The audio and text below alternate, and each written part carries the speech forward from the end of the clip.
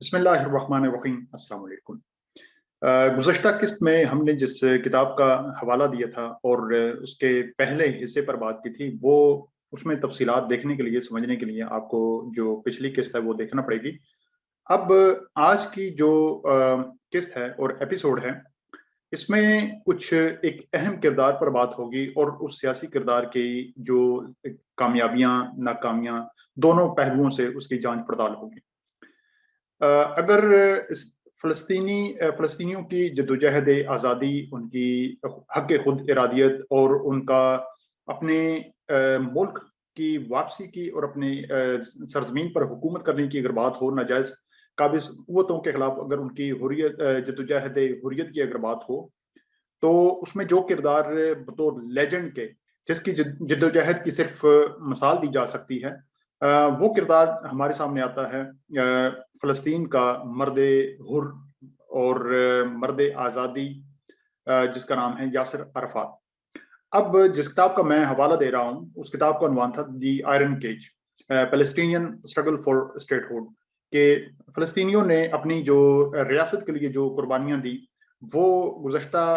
एक सदी पर मुहित हैं। उसमें से हमने 1917 से लेकर 1948 तक, यानी ऐलान बाल्फोर नस्ल परस्त रियासत इसराइल के क़याम 1948 तक जो वाक़यात उसमें दरपेश आए, और उसमें फिर जो फ़लस्तीनी क़यादत की उसमें एक ऐसी गलतियाँ कि जिनके सबब वो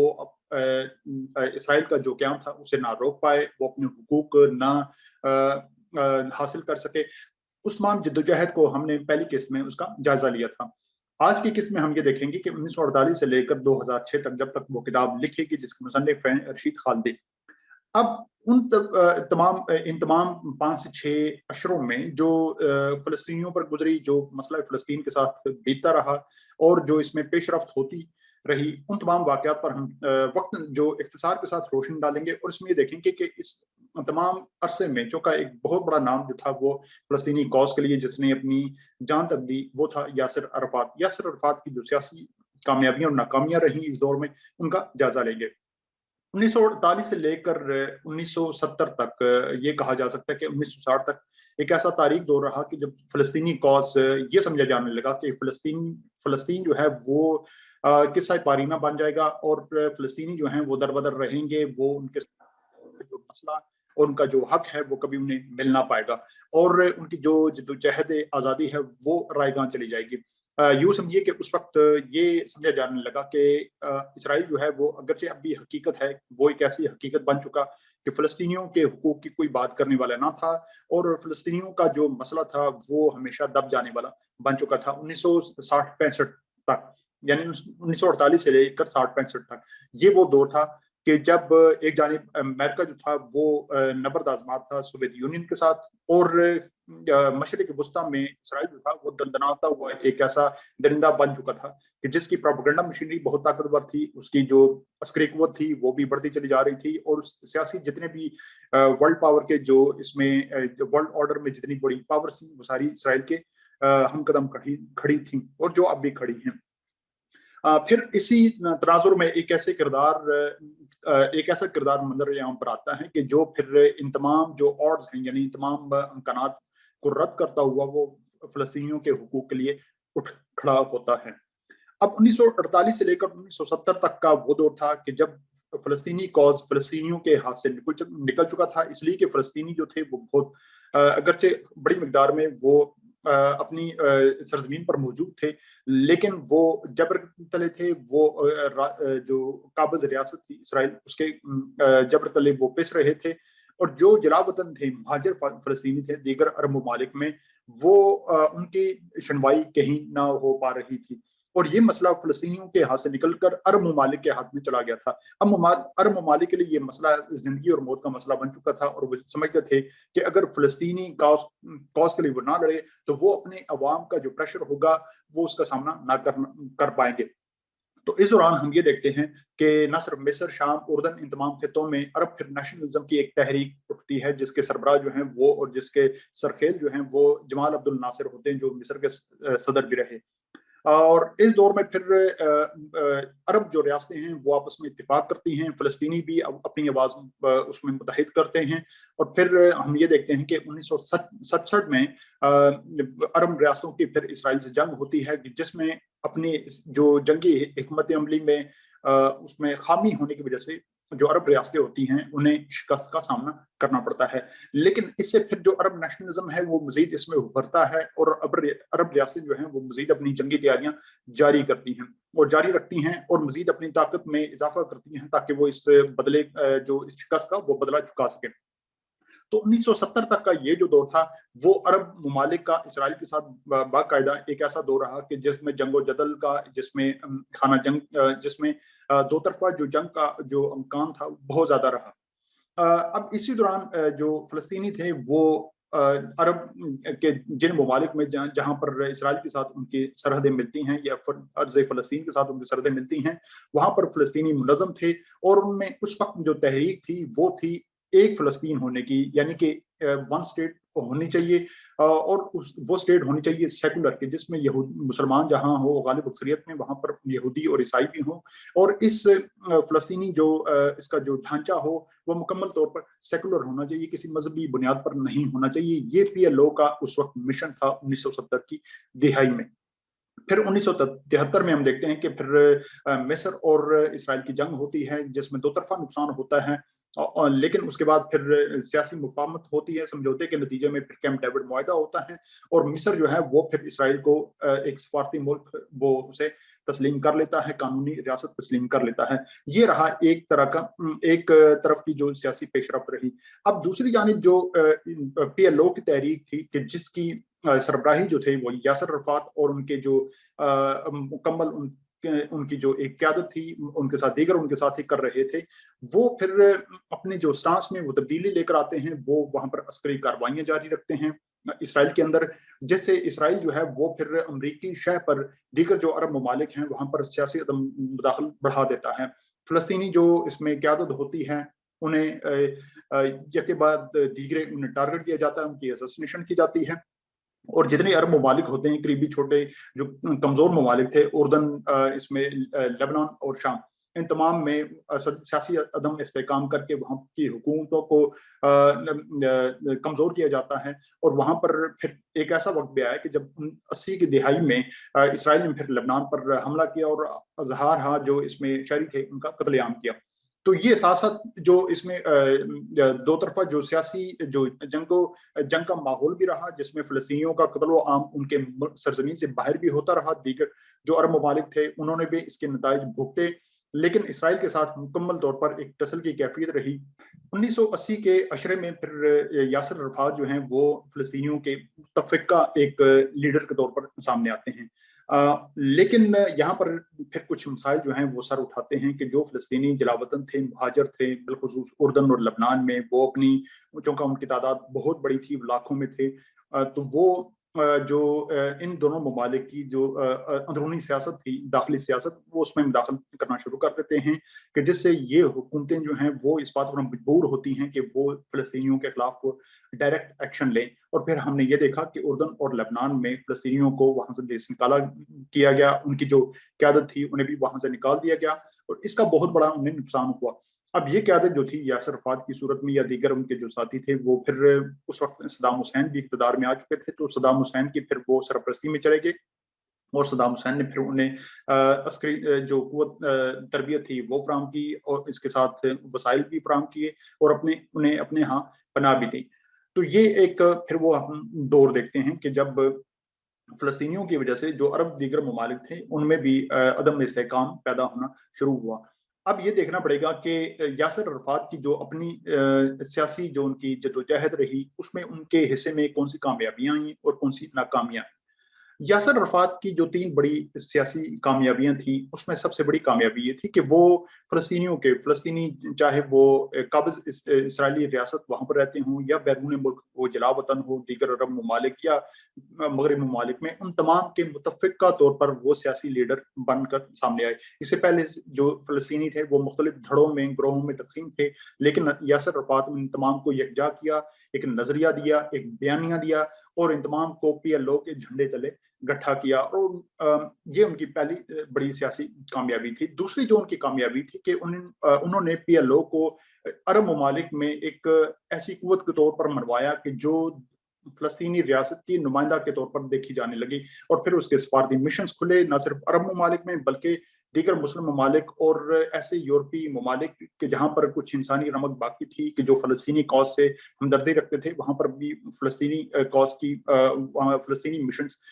शुरू होने लगे और फिर यासिर अरफ़ात को फ़लस्तीनी रियासत के नुमाइंदा के तौर पर समझा जाने लगा। तो ये एक मसला जो एक तकरीबन दब चुका था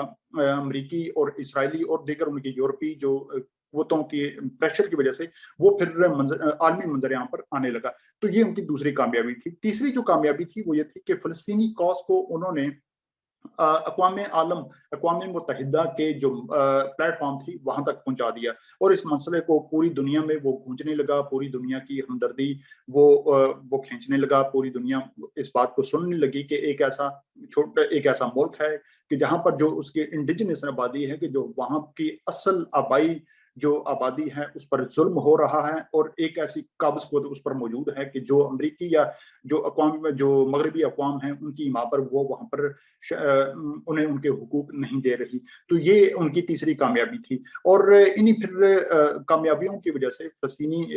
यासिर अरफ़ात को फिर अमेरिका और इसके हमनवा जो हैं वो फिर उन्हें पज़ीराई देने लगे, उनकी बात सुनने लगे और फिर समझौते और मुआहदे की बात हुई और फिर हमने ये देखा कि 1900 जब 80 की दिहाई में ये मुज़ाकरात चले